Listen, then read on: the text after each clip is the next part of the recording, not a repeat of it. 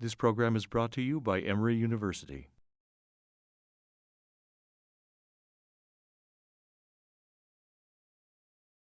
This is Siddhar. What I'll do is I'll play for you guys probably the first composition or the first rag that everybody learns when they first start learning in classical music, Rag Yaman. Now there are a few rags within the entire scape. These are the ones like, if you've ever heard Indian classical music, to really get like, the pieces that are the most developed and that people have given the most time to, this is definitely one of them. Now, learning this one piece actually reflects quite a bit of the philosophy of this music just in general. The first thing, one of the most important things is just because it sounds like a very simple type of melody, it's actually very complicated. And there are many masters, this is the last piece they actually play. Because supposedly at the end of your life, once you've had all this time to play, you can finally really just learn to understand just how deep the stuff really is. So now, like I said before, there are two main sections, alap and gut. And below each one of those, you have a lot of different subdivisions that can go different ways. Now, as far as alap goes, there are two main phases. One where it's just melodic development. That's it. Just moving from note to note. You establish each note in the piece, and then once you've finally established all of them, you have a kind of framework within which you can move. The second part is when you introduce the entire concept of a rhythmic pulse. It's instead of just playing free-form melodies, you actually add a pulse to it. There's still not really any kind of a rhythmic instrument just yet.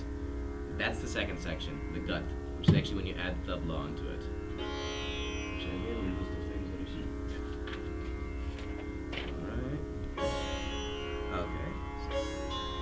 Now, the things that really differentiate this music from other forms is just the scales are actually the same.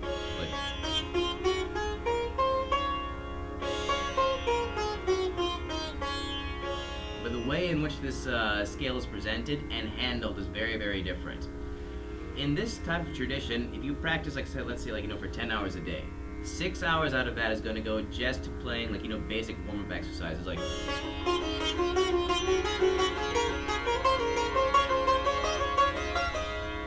that, so that you can really develop your tone very well.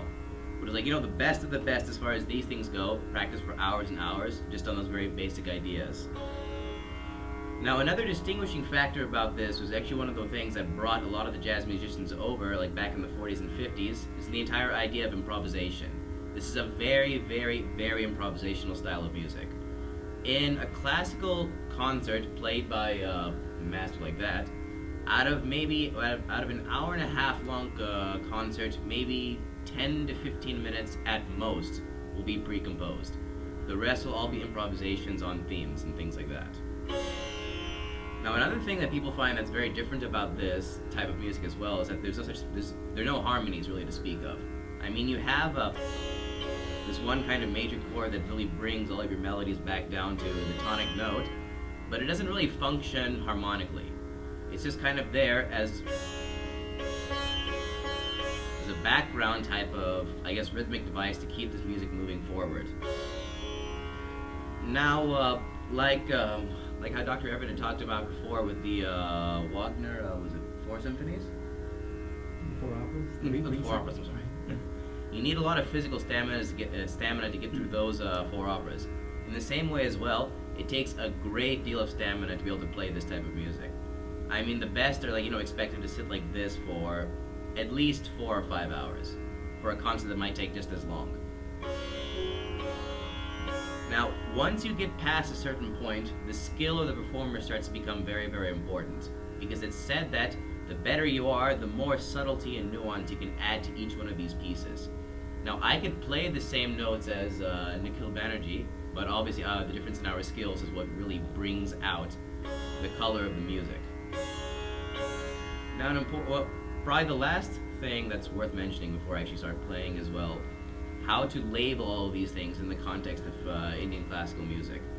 Each one of these pieces is supposed to evoke a different kind of emotion. It's supposed to bring something else out of you. You can play a piece given a different time of the day, or given a different season, or even a different emotion. Now, the problem with trying to define terms is well, the less words that you attach to it, the more ambiguous it becomes. But then the more precise you make your definition, you can really end up nailing it down, but at the same time you really suck out a lot of the emotion out of it. So what these guys do is they just kind of ascribe colors to these different things, like saying that the color of this one rag, or the color of this piece, that type of thing.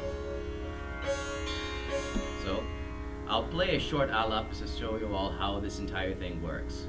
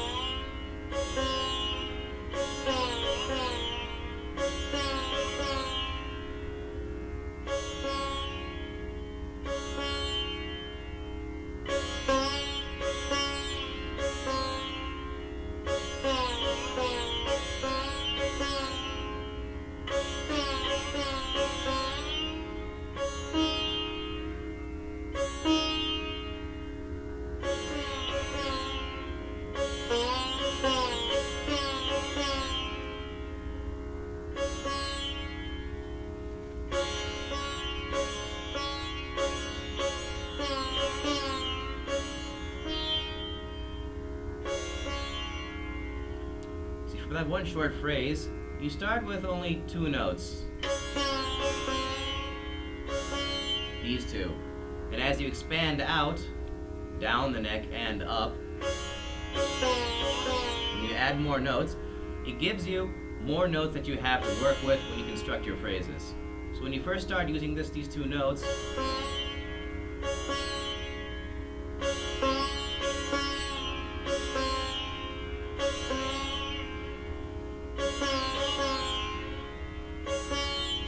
now when you add the 3rd note,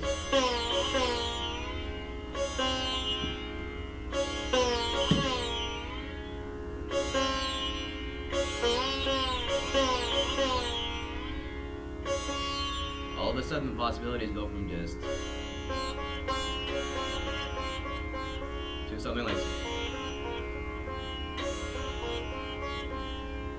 just by adding the 1 extra note, you add just so many more phrases that you can play. And the same idea carries forward when you add more and more notes. So now once you add even this note here,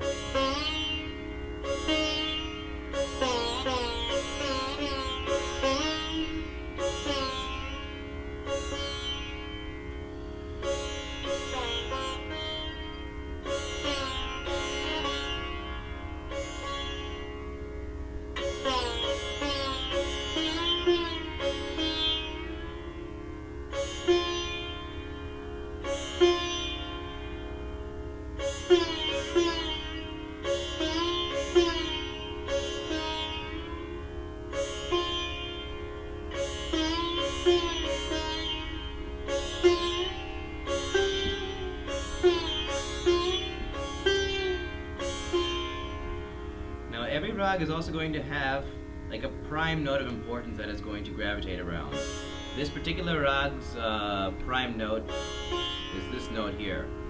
This is like the central focus for it. It's kind of like, you know, the jewel like stuck in the sand type of thing. All the sand is there, yet this is like the one focus point.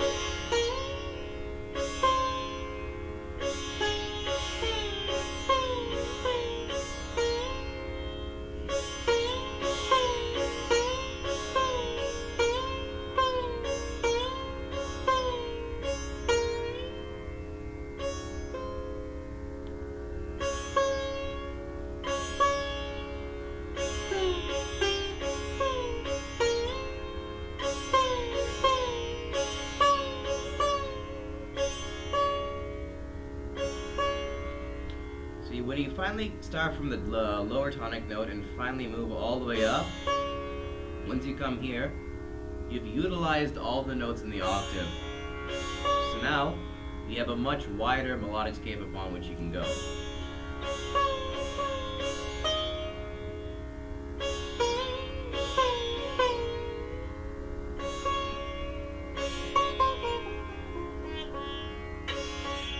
Now this would end the alap.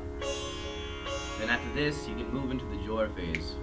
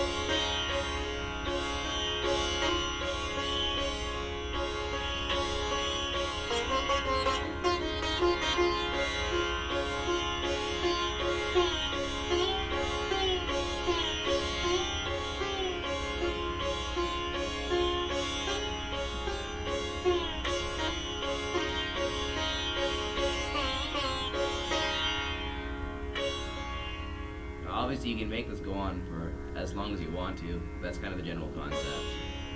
Now, the second half, which is the gut, which is for a lot of people a little bit more interesting to listen to because it actually has a percussive instrument behind it. Yeah, once again, is the fixed composition. I don't have a tablo or anybody else here to play it, but I've got a tabla if you want. Tintab? Yeah. Okay, I'll take it. Now, this is the fixed composition. In this case, this one happens to start on beat 1. They don't always necessarily have to do that. The cycle in which we're working is a 16-beat cycle. 1, 2, 3, 4, 2, 2, 3, 4, 3, 2, 3, 4, 4, 2, 3.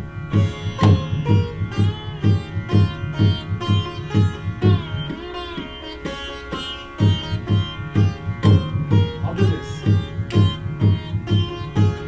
Do with me.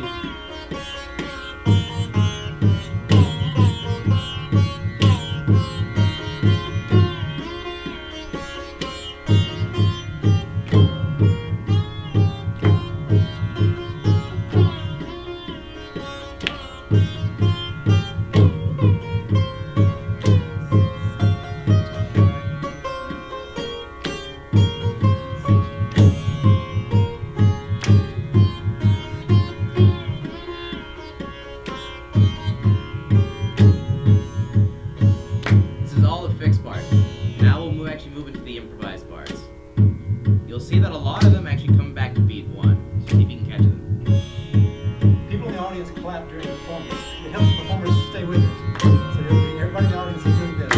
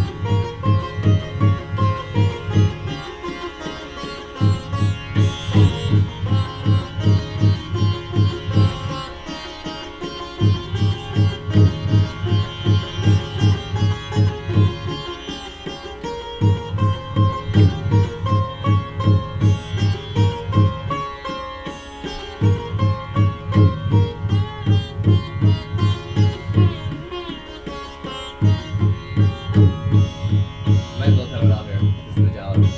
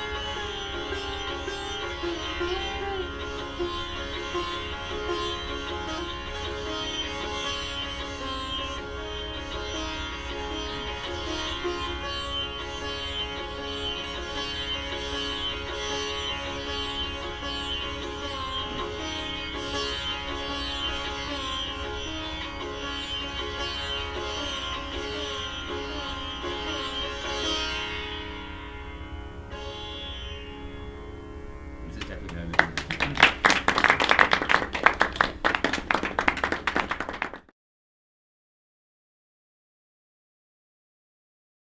The preceding program is copyrighted by Emory University.